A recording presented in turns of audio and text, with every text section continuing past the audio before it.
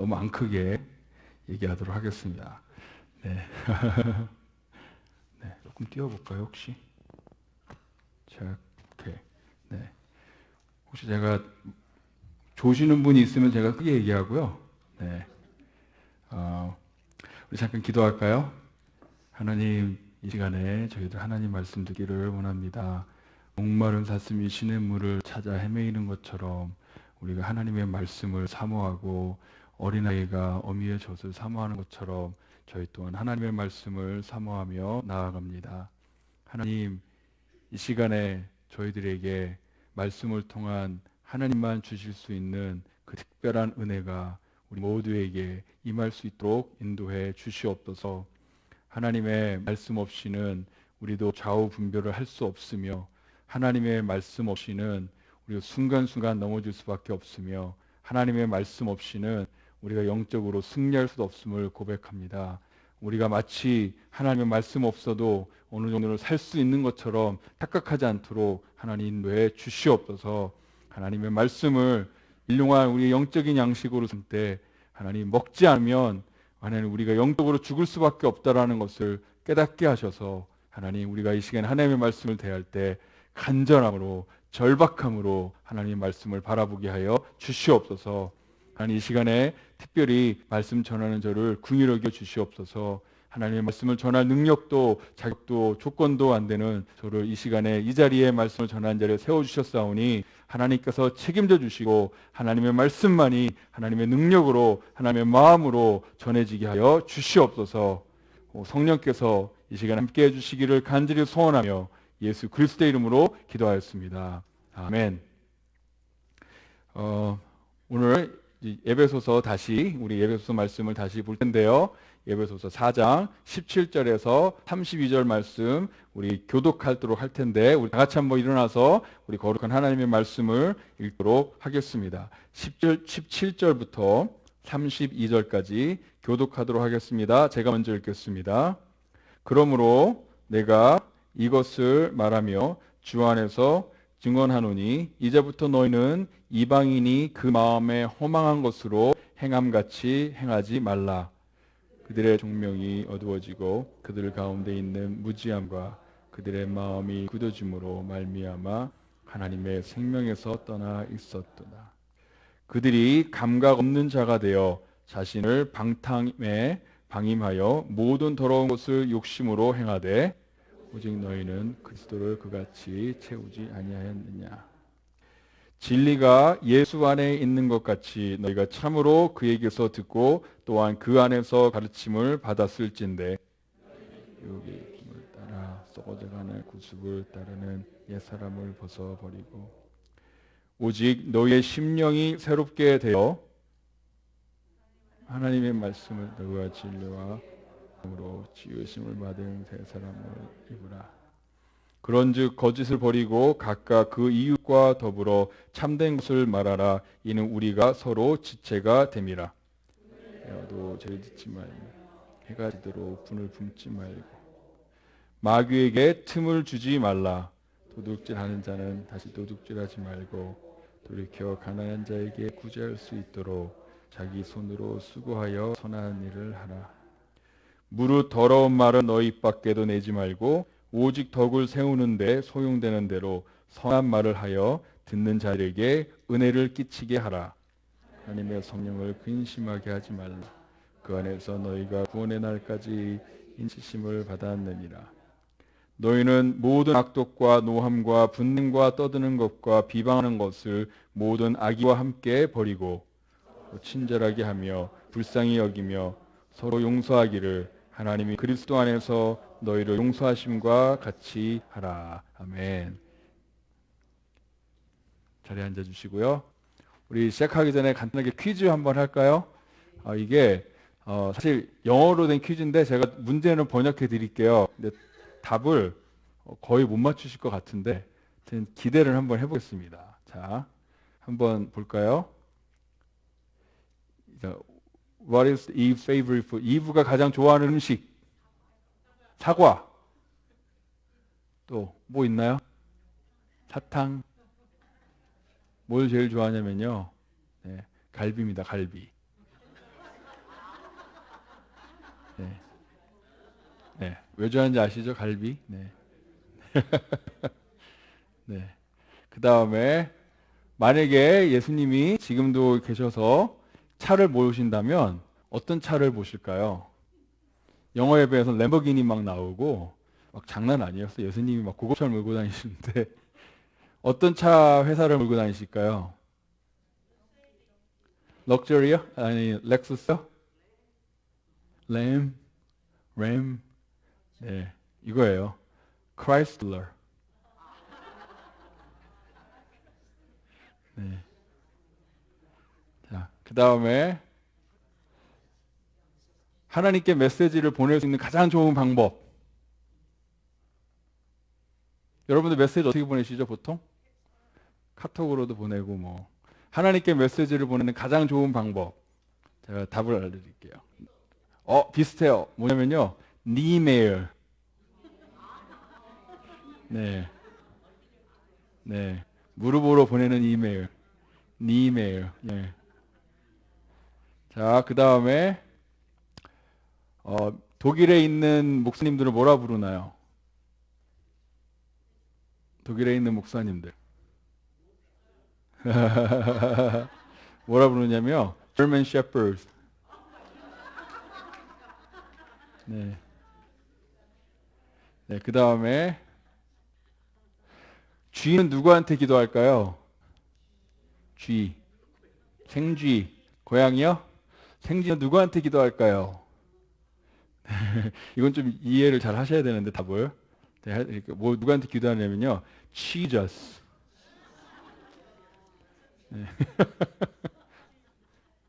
네. Jesus. 예.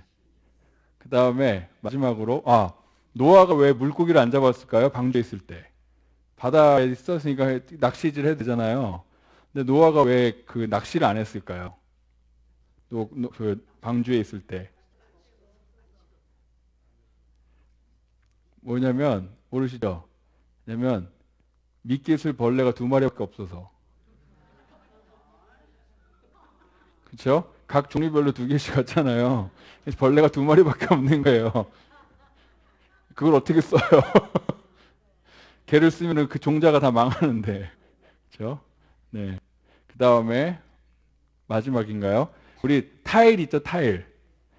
타일을 사도 바울이 집을 짓냐면 어떤 타일을 썼을까요? 어떤 종류의 타일? 그렇죠? 최고 좋은 거. 맞았어요. 젠타일. 젠타일 뭐죠? 이방인이죠. 영어로 젠타일. 예. 젠타일. 사도가 이방인의 선교사잖아요. 그렇죠? 젠타일을 좋아하는 거예요. 아주 스페셜 타일이죠. 네. 젠타일, 이방인인데 아주 특별한 타일입니다. 아마 그 초대교회 때 사도 바울이 아주 좋아했던 타일일 것 같아요. 농담이지만 오늘 말씀을 보면 사도 바울이 예배소에 있었던 이방인들이 이제 예수님을 믿으면서 기독교인이 됐잖아요. 그리스도인이 됐는데 그들에게 지금 그 사도 바울이 뭔가 지금 얘기를 하는 거예요.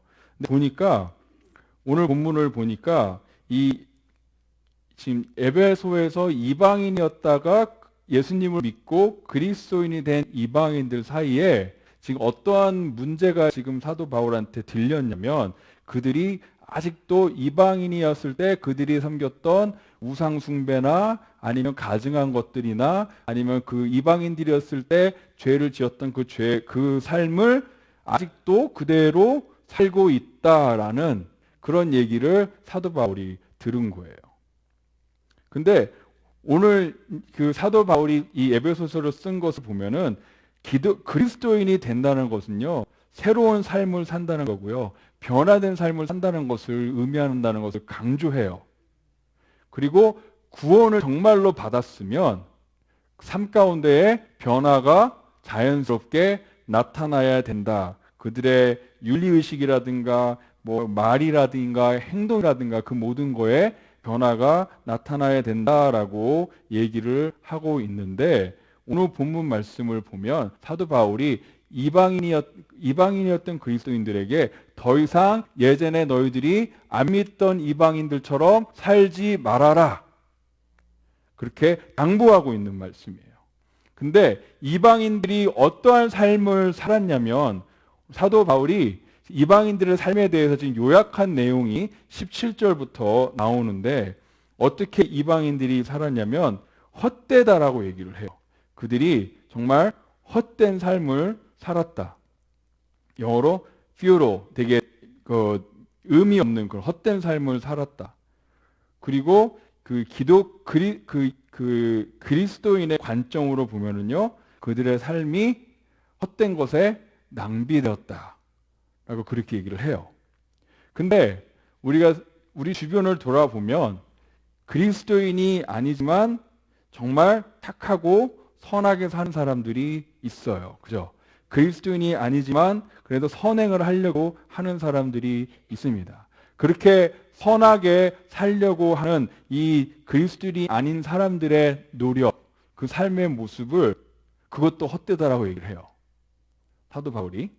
왜 그러냐면 우리가 하나님을 떠나서 우리가 선하게 살려고 노력하는 것은 하나님의 기준에 항상 모자란다는 거예요. 그리고 항상 충분하지 않다라고 얘기를 합니다. 옛날 여러분 혹시 기억나실지 모르겠지만 한국에 성철 스님이라는 분이 계셨어요. 오래전에 돌아가셨지만 그 성철 스님이 그 불교계에서 굉장히 존경을 받았던, 거의 불교계에서 성인처럼 여겼던 그런 아주 유명한 스님이셨어요. 근데 그 스님이 뭐 혼자서 고행도 많이 하시고 뭐 이렇게 이렇게 뭐라 그러죠?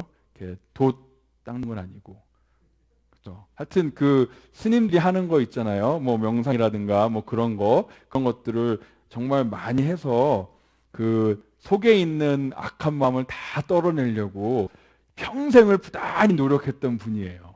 그냥 착하게 선행을 할 뿐만 아니라 마음속에 일어나고 있는 그런 악한 것들까지도 다 떨어내기 위해서 정말 고행도 하고 그렇게 명상도 하고 했던 그런 아주 존경받았던 그 스님인데, 그 스님이 돌아가시기 전에 이런 말을 했다라는 얘기가 있어요. 그 스님이 돌아가시면서 나한테는 아직도 죄가 너무 많다.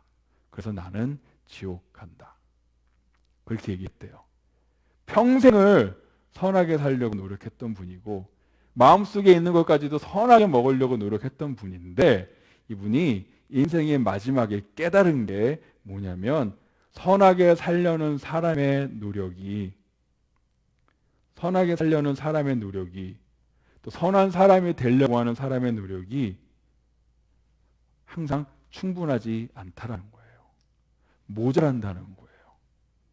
그리고 이분이 자기가 수련을 하면 할수록 깨달아지는 게 자기의 마음이 자연적으로 항상 자기중심적이고 이기적이고 타락하고 순수하지 못한 마음이 계속 들기 때문에 그렇게 마음 수련이 힘들었던 거예요. 그러니까 본인은 알아요. 그렇게 수련을 하면 할수록 자기의 본성에 죄가 많다는 것을 아는 거예요. 그것을 수련을 통해서 누르려고 하지만 자기의 기본적인 인성은, 사람의 본성은 기본적으로 이기적이고 자기중심적이고 부패하고 타락하고 순수하지 못하다라는 것을 수련을 하면 할수록 깨닫는 거예요.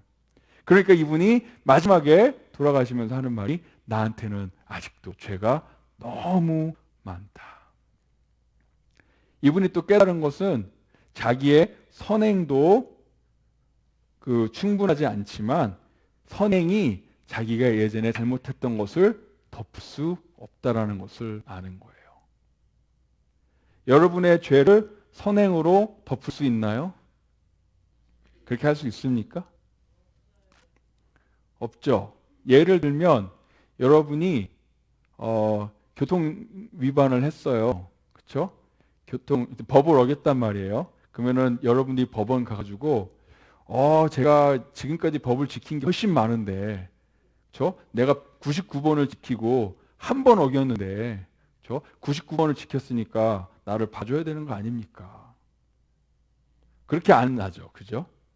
아니면 내가 더 착하게 살 테니까 내가 사람 해친 것을 무모해 주십시오. 그렇게 안 되죠.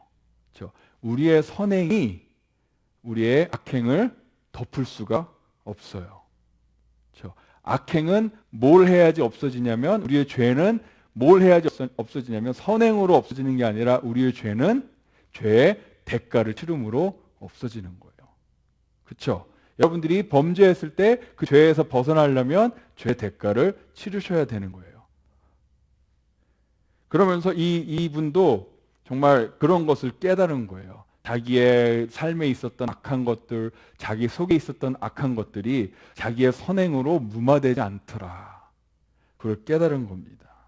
근데 더 큰 문제는, 사람들이 그래도 성철 스님처럼 살려고 노력했으면 참 좋은데 대부분의 사람들은 선하게 살려고 노력하지 않아요. 선하게 살려고 노력을 해도 이 문제에 부딪히는데, 더 큰 문제는 대부분의 사람들은 이렇게 선하게 살려고 노력도 하지 않는다는 겁니다. 그들의 윤리의식이 많이 부패됐고, 그 다음에 또 자기 중심적인 어떠한 욕망만 채우려고 막 살아가죠. 그렇죠? 그 다음에 어떤 선한 것이나 그런 것에는 이렇게 눈을 잘 돌리지 않게 되고, 또 마음이 무뎌져가지고 심장에 굳은 살이 배겨서 자기 삶에 그다지 큰 문제가 없다라고 그렇게 생각을 하면서 사람들이 살아갑니다. 그리고 하나님에 대해서 무관심하게 살아가죠. 이것이 오늘 사도 바울이 얘기한 이방인들의 사는 모습을 표현한 거예요. 오늘 본문 말씀을 17절 보면, 그러므로 내가 이렇게 말하며 주 안에서 증언하노니 이제부터 너희는 이방인이 그 마음에 허망한 것으로 행한 같이 행하지 말라. 그들의 총명이 어두워지고 그들 가운데 있는 무지함과 그들의 마음이 굳어짐으로 말미암아 하나님의 생명에서 떠나 있도다. 그들이 감각 없는 자가 되어 자신을 방탕에 방임하여 모든 더러운 것을 욕심으로 행하되. 이것이 지금 사도 바울이 이방인들이 지금 이렇게 살았다라고 지금 얘기해 주는 거예요. 너희들이 옛날에 이렇게 살았다. 감각 없는 자, 무뎌진 자가 되어서 자기를 방탕하게 내어주고 모든 더러운 것을 욕심으로 행하는, 또 그 총명이 어두워지고 또 무지함으로 마음이 굳어짐으로 하나님의 생명에서 떠나 있던 사람들이 너희들이었어, 이렇게 얘기를 하고 있죠. 그것이 이방인들의 상황이었습니다. 특별히 에베소 교회에 있었던 그런 이방인들의 그런 모습들이었습니다. 근데 사도 바울이 지금 감옥에서 이걸 썼단 말이에요. 사도 바울이 감옥에 있는 동안 지금 사도 바울한테 들렸던 소리가 뭐냐면, 지금 에베소에 있는 그런 교인들이 지금 어떻게 살고 있냐면, 이방인의 삶과 그리스도인의 삶 중간에 딱 이렇게 경계선에 서 있어가지고, 그렇죠? 언제는 이방인처럼 살고 언제는 그리스도인처럼 살고, 이렇게 딱 그 경계선에 서 있어가지고 자꾸 왔다 갔다 한다는 거예요. 어떨 때는 이방인처럼 살고 어떨 때는 그리스도인처럼 사는, 자기의 편의에 따라서 지금 이렇게 왔다리 갔다리 하는 삶을 살고 있다라고 사도 바울이 듣고, 지금 그것을 사도 바울이 어떻게 얘기하냐면, 너희들이 이제는 이방인의, 옛날에 너희들이 이방인이었던, 예수님을 안 믿던 이방인이었던 그 삶의 모습을 끊어라. 왔다 갔다 하지 말고 이제 끊어서 너희들이 결정을 해라. 확실하게 결정해라. 그렇게 말씀하고 있는 거예요. 사도 바울이 우리한테도 확실하게 결정해라. 기병이고 아니면 아니고, 예수님을 믿으려면 제대로 믿고 왔다 갔다 하지 말아라. 세상적인 삶과 기독교인의 삶의 중간에 딱 그 경계선에 서 있어가지고 이쪽으로 위로할 땐 이쪽으로 붙고 저쪽으로 위로할 땐 저쪽으로 붙는, 나한테 이게 득이 될 땐 이쪽으로 가고 세상적인 삶이 득이 될 땐 그쪽으로 가는, 왔다 갔다 하는 삶 살지 말아라. 끊어라. 너희들의 예전의 그런 삶의 모습을 끊어라. 그렇게 말하고 있어요. 제가 얘기 하나 해드릴게요. 어떤 한 남자분이 이 도시에 살았는데 그 도시는 큰 강이 흘러요, 중간에. 근데 이 사람이 이제 친구를 만나고 싶어가지고, 강 건너편에 사는 친구를 만나고 싶어가지고 오늘 그냥 반나절 내내 노를 저어서 그 친구 있는 쪽으로 간 거예요. 그래서 이제 배를 대고 친구 있는 데로 걸어가서 거기서 그냥 하루 종일 잘 놀았어요. 잘 놀았는데 너무 재밌게 놀다 보니까 시간 가는 줄 모르고 막 깜깜했어요. 저녁 늦게까지 노는 거예요. 너무 깜깜해지고 자기는 좀 피곤해서 나 이제 집에 가야겠다 하고 간 거예요. 근데 깜깜한데 아무것도 안 보여요, 강변에. 그래도 이렇게 보트는 자기 배는 찾았어요. 찾아가지고 보트를 이제 막 열심히 저은 거예요. 근데 여러분들 깜깜한 밤에 혹시 강물 건너보셨나요? 되게 무서워요. 옛날에 깜깜한 밤에 저도 한번 강물을 걸어서 걷는 적이 있는데 하루 종일 걷는 것 같더라고요. 끝이 없는 것 같아요. 근데 이 친구도 막 노를 젓는데 너무 이렇게 막 하루 종일 젓는 것 같아요. 밤새도록 노를 저었어요. 그러다가 이제 날이 샜습니다. 날이 새서 딱 보니까 이제 어디쯤 왔을까 하고 딱 날이 새서 봤는데 하나도 안 움직인 거예요. 그냥 그 자리에 그대로 있던 거예요. 그냥 1cm도 안 움직였어요. 왜죠? 배 그 묶어놓은 끈을 안 푸는 거예요. 그냥 그걸 안 풀고 그냥 죽으라고 노만 저은 거예요. 그랬더니 한 발자국도 못 움직였죠. 이것이 무슨 얘기냐면 저희들이 이제 그리스도인으로서 그 삶을 살잖아요. 우리가 열심히 그리스도인으로서 노를 져서 우리가 이제 그리스도인으로서 앞으로 나가야 되잖아요. 진전을 이루는 그런 신앙생활을 해야 되는데 그 전에 해야 될 게 뭐냐? 열심히 노젓기 전에 해야 될 게 뭐냐면 옛날 것을 탁 끊으셔야 돼요. 우리를 아직도 붙들고 있는 그 옛날의 구습들, 옛날의 삶을 끊으셔야 돼요. 그리고 노를 열심히 저어야지 앞으로 가죠. 안 그러면 옛날의 그 구습들이 우리를 계속 잡고 끌어당기기 때문에 우리가 신앙의 진전을 이루지 못할 때가 참 많이 있습니다. 또 이 그리스도인이 된다는 것은요, 우리가 흔히 표현하는 입양되는 거 있죠. 양자를 삼는다 그랬잖아요. 입양되는 거랑 되게 비슷해요. 예를 들어서 제가 예를 들어서 길을 가다가 어떤 한 소년을 만났어요. 근데 이 소년이 그냥 길거리에서 방황하는 소년이에요. 옷을 보니까 옷도 막 다 낡았고 냄새도 막 지독한 냄새가 나고 그다음에 행실도 되게 뭐라 그럴까 이렇게 불손하고 그다음에 이 소년이 뭘 잘했냐면 소매치기를 잘하는 거예요. 그래서 예를 들어서 이 소년이 제 거를 소매치기 하려다가 제가 딱 잡았어요. 저한테 딱 잡혔어. 그럼 제가 이제 보통 사람이면 이제 신고할 거 아니에요? 근데 또 이 애를 보니까 이 소년을 보니까 좀 측은한 마음이 생겨가지고 제가 뭐 경찰에 신고하지 않고 뭐 잡았으니까 경찰에 신고하지 않고 제가 이제 측은한 마음이 생겨서 집에 데리고 가서 밥도 먹이고 그랬던 거예요. 근데 물어 보니까 고아예요. 아무도 돌볼 사람이 없어요. 너무 가여운 마음이 들어가지고 제가 이 아이를 입양하기로 결정했다고 칩시다.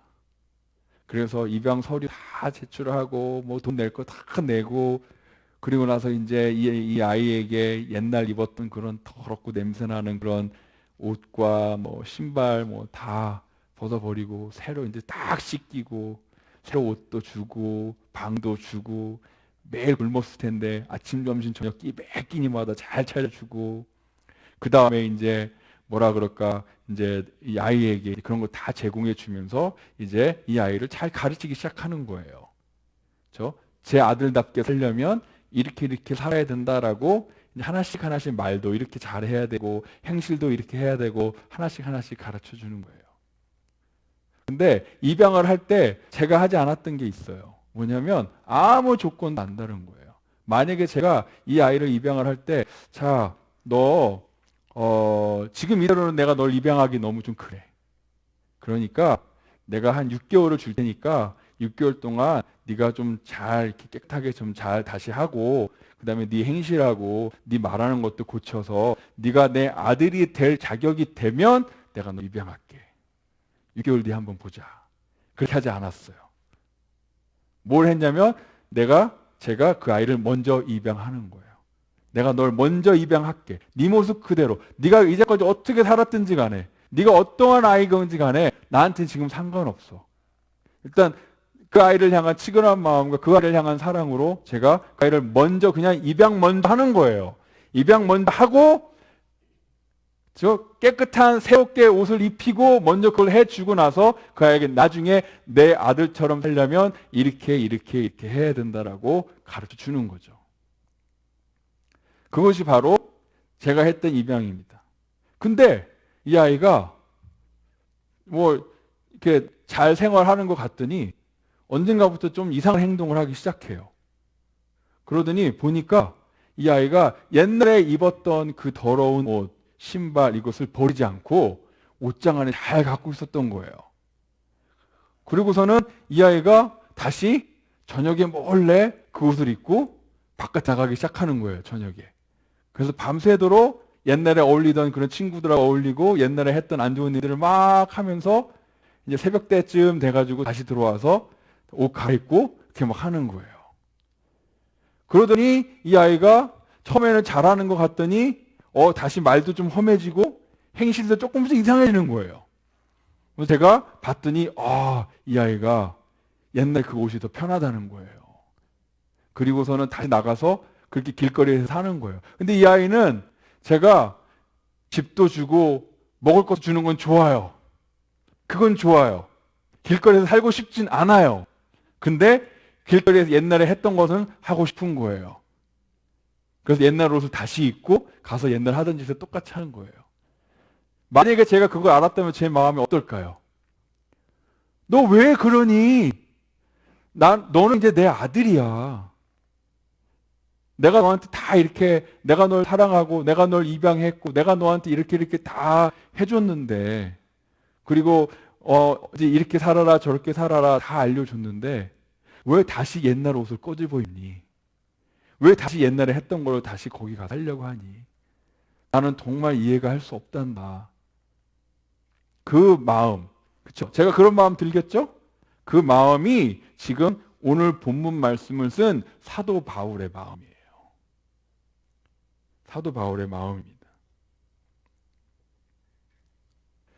다시 옛날 여러분들이 이방인처럼 살았던 대로 돌아가지 마십시오. 다시 여러분들의 예전의 모습으로 돌아가지 마십시오. 여러분들이 배웠던 이 삶이 그것이 아닙니다. 라고 그렇게 호소하고 있는 거예요. 20절에 보니까 오직 너희는 그리스도를 그같이 배우지 아니하였느니라. 여러분들 제대로 배우지 않았습니까? 그대로 사십시오. 21장 그 21절과 22절에 보면 진리가 예수 안에 있는 것 같이 너희가 참으로 그에게서 듣고 또한 그 안에서 가르침을 받았지 않았습니까? 너희는 유혹의 욕심을 따라 써져가는 구습을 따르는 옛사람을 벗어버리지 않았습니까? 왜 근데 아직도 이렇게 확실하게 선을 긋지 못하고 있습니까? 왜 그리스도인으로서 아직까지 확실하게 선을 긋지 못하고 예전에 여러분들이 예수님을 알지 못했던 때 했던 것을 왜 다시 하십니까? 왜 그런 마음들을 다시 먹고 있으니까? 사도 바울이 경고를 주는 게 있어요. 여러분, 사도 바울이 에베소 교인들에게 여러분이 아무리 내가 지금 예수님을 믿는다고 말하더라도 여러분들이 옛 사람을 쫓아가는 것을 아직도 즐겨 한다면 여러분이 예수 믿는다는 그 고백이 진짜가 아닐 수 있습니다.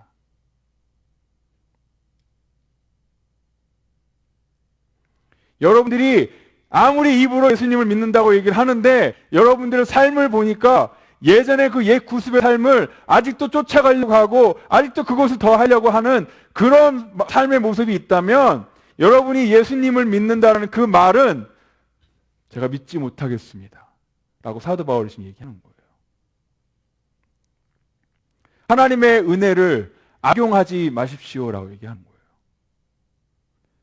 하나님의 그 죄 용서의 은혜를 에베소 교인들이 무슨 생각을 하고 있었냐면 나는 예수님을 믿음으로 해서 내 죄가 다 용서받았어. 그리고 앞으로의 죄도 다 용서해 주신다고 그랬어. 그러니까 나는 내 마음대로 살아도 돼. 왜? 나는 죄를 용서받았으니까.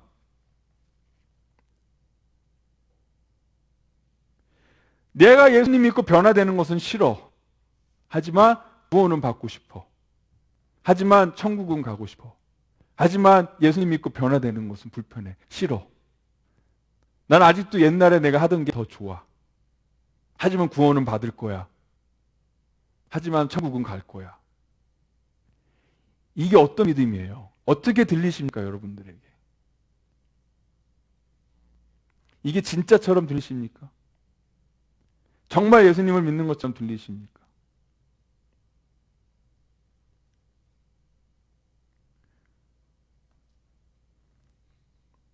옛사람은 계속 유지하면서 구원을 받고 싶은,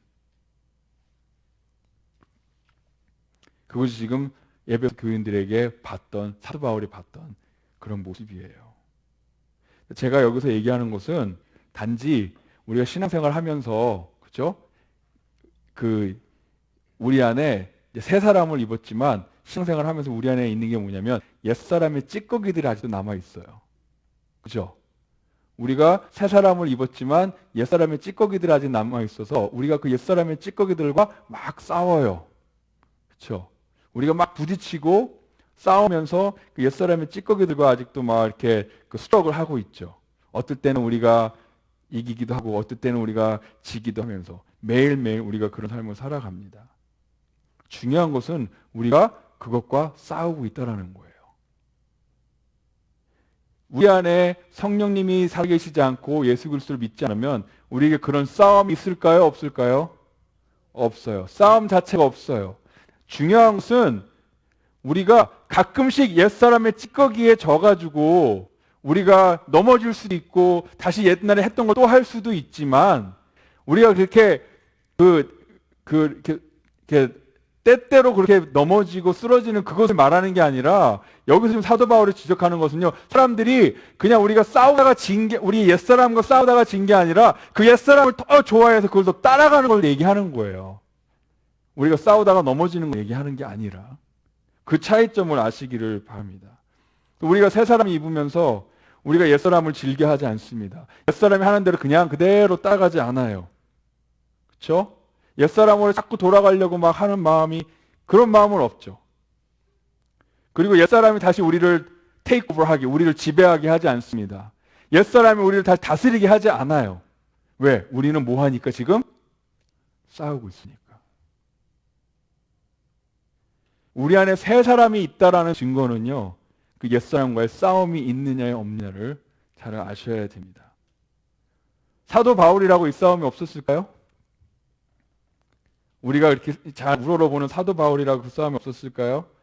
보면요, 사도 바울이, 이게 사도 바울 로마서 7장에 있었던 말씀인데 제가 읽어볼게요. 사도 바울이 한 얘기예요. 나는 내가 하는 일을 도무지 알 수가 없습니다. 내가 해야겠다고 생각하는 일은 하지 않고 도리어 해서는 안 되겠다고 생각하는 일을 하고 있으니 말입니다. 나는 내가 원하는 선한 일을 하지 않고 도리어 원하지 않는 악한 일을 합니다. 여기에서 나는 법칙 하나를 발견하였습니다. 곧 나는 선을 행하려고 하는데 그런 나에게 악이 붙어 있다는 것입니다. 나는 속사람으로는 하나님의 법을 즐거워하나 내 지체에는 다른 법이 있어서 내 마음의 법과 맞서서 싸우며 내 지체에 있는 저와 법의 나를 포로로 만드는 것을 봅니다. 아, 나는 비참한 사람입니다. 누가 이 죽음의 몸에서 나를 건져 주시겠습니까? 25절 다 같이 읽을까요? 시작. 우리 주 예수 그리스도를 통하여 나를 건져 주신 하나님께 감사드립니다. 아멘. 이것이 바로 새 사람의 모습입니다. 이 새 사람은 시간이 많이 지났으니까 간단하게 할게요. 새 사람을 입어야에는 두 가지 의미가 있어요. 첫째 의미는 뭐냐면요, 이 새 사람은 우리가 누구한테 받은 거예요. 이 새 사람은 우리가 만들어낸 게 아닙니다. 무슨 말씀인지 아시죠? 이 새 사람은 우리가 받은 거예요. 아, 내가 다시 새롭게 살아야지 하고 내가 막 결단하고 해가지고 우리 새해마다 막 새 사람이 되려고 노력하잖아요. 막 이렇게 resolution, 새해 다짐해가지고 내년부터 나 새 사람이 될 거야. 막 그렇게 하는데 우리 스스로 노력해서 만드는 그런 새 사람이 아니라는 거예요. 이 성경에서 말하는 새 사람은 우리가 받은 거예요. 다른 분한테. 누구한테 받은 거죠? 하나님한테 받은 거예요. 누구를 통해? 예수 그리스도 통해. 그러니까 어떻게 보면 교환한 거예요. 여러분들 교환하죠.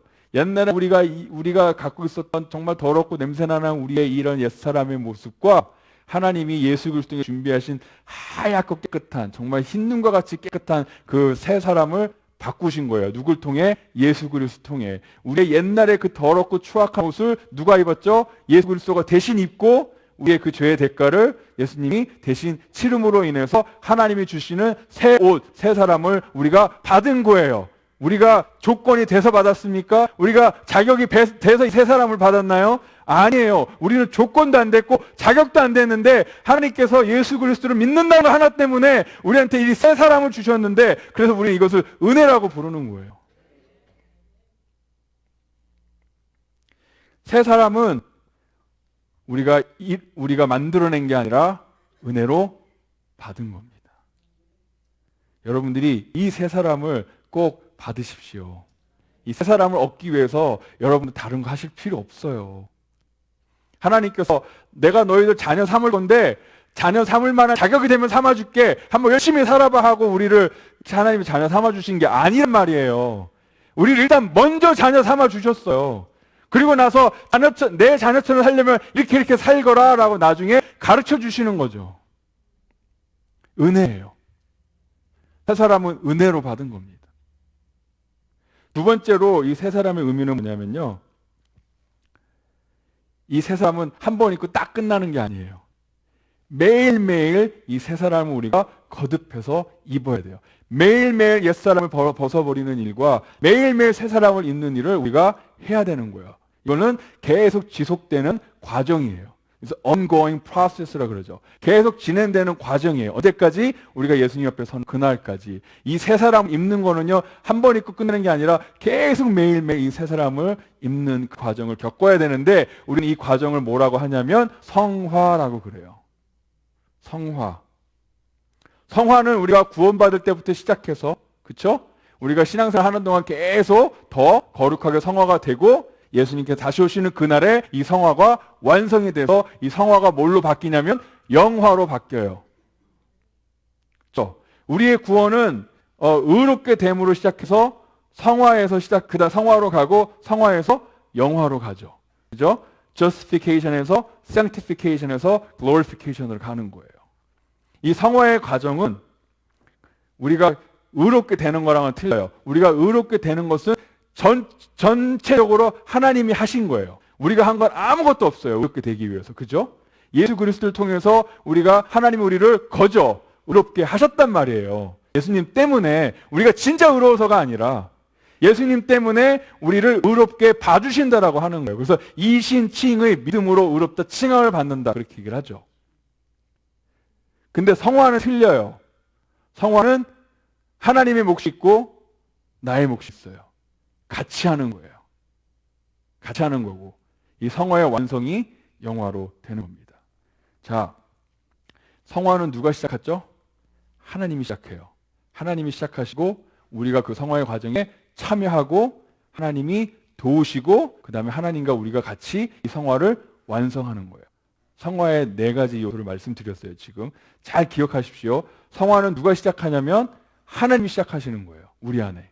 하나님이 시작하시고 우리는 그 성화에 참여하는 거예요. 우리가 참여했을 때 하나님께서 그 성화의 과정을 도우세요. 그리고 그 성화의 과정을 하나님과 우리가 함께 완성해요. 이것이 바로 성경에서 말하는 성화의 모습입니다. 새 사람을 입는다라는 2가지 의미 얘기했습니다. 첫째, 새 사람은 우리가 은혜로 받은 거예요. 그리고 새 사람을 입는 것은 우리가 매일매일 해야 될 성화의 과정이라는 겁니다. 꼭 기억하시고 여러분들이 이 기왕 예수님 믿기로 작정하셨으면 선을 그십시오. 확실하게 그십시오. 기면 기고 아니면 아닌 겁니다. 예수님 믿으려면 제대로 믿고 정말 예수님이 원하시는 그런 성화의 모습들을 우리가 이어나가기를 간절히 축원합니다. 그렇게 하실 수 있으시죠? 아멘입니까? 아멘. 기도하겠습니다. 하나님 감사합니다. 저희도 예수님을 믿는다는 것이 어떻게 믿어야 되는지 구원과 성화의 과정을 따로 놓을 수 없다.